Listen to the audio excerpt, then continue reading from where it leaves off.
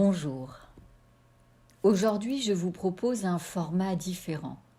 Un format pour changer et en même temps, je souhaite vous inviter à vivre une autre expérience sensorielle en essayant d'être à l'écoute de vos sensations, à l'écoute de vos impressions. Il y a ma voix en mode émission et il y a vous en mode réception active, c'est-à-dire à l'écoute de votre ressenti. L'idée ici est d'apporter un éclairage, une prise de conscience sur un sujet qui est la respiration.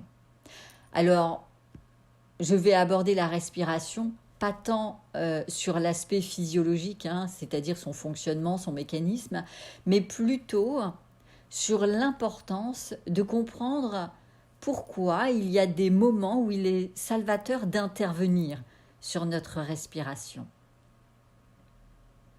Qu'est-ce qu'on peut dire de la respiration ? Bien, la respiration, elle fait partie d'une de nos fonctions vitales. On peut s'arrêter de manger pendant quelques jours, on peut s'arrêter de boire pendant quelques heures, mais de respirer, on peut juste s'arrêter quelques minutes. Et là où on prend vraiment conscience de notre respiration, c'est à notre naissance, car on débute notre incarnation par une inspiration. Et cette inspiration va générer une expiration. Et c'est ce va-et-vient d'inspire-expire qui constitue notre respiration. On dit que la respiration fait partie d'un système qu'on appelle le système nerveux autonome. En somme, ce qu'il faut comprendre, c'est qu'on est en quelque sorte en pilotage automatique. On n'a pas à y penser, ça se fait tout seul. Et en ce qui me concerne, j'ai réellement pris conscience, quand j'étais en formation de sophrologie, qu'il était plus qu'intéressant d'agir de façon consciente sur notre respiration. Et pour essayer de vous faire passer ce que j'avais intégré à l'époque, eh bien, je vais illustrer ce que j'ai à dire, comme j'aime le faire, avec une image. Et je vais prendre l'image d'un avion et du pilote de l'avion.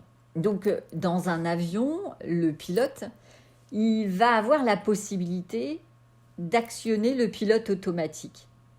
Et quand il actionne ce pilote automatique, ça va lui permettre de porter son attention sur d'autres paramètres.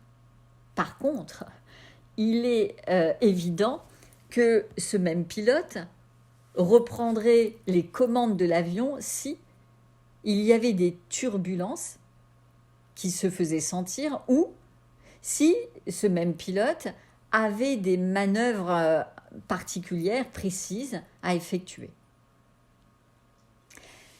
Eh bien, c'est exactement pareil pour notre respiration.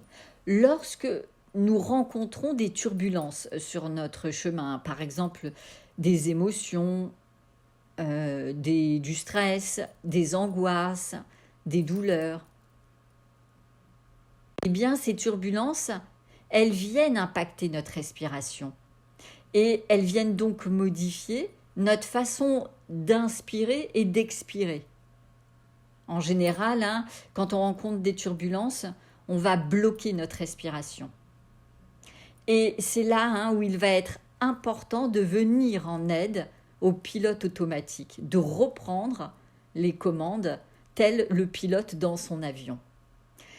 Et comme rien ne vaut la pratique, je vais maintenant vous demander d'expérimenter en portant votre attention sur votre corps et plus particulièrement sur votre respiration.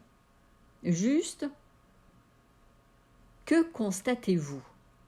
Où se situe votre respiration ? Votre respiration se situe plus au niveau de votre thorax ou de votre ventre ?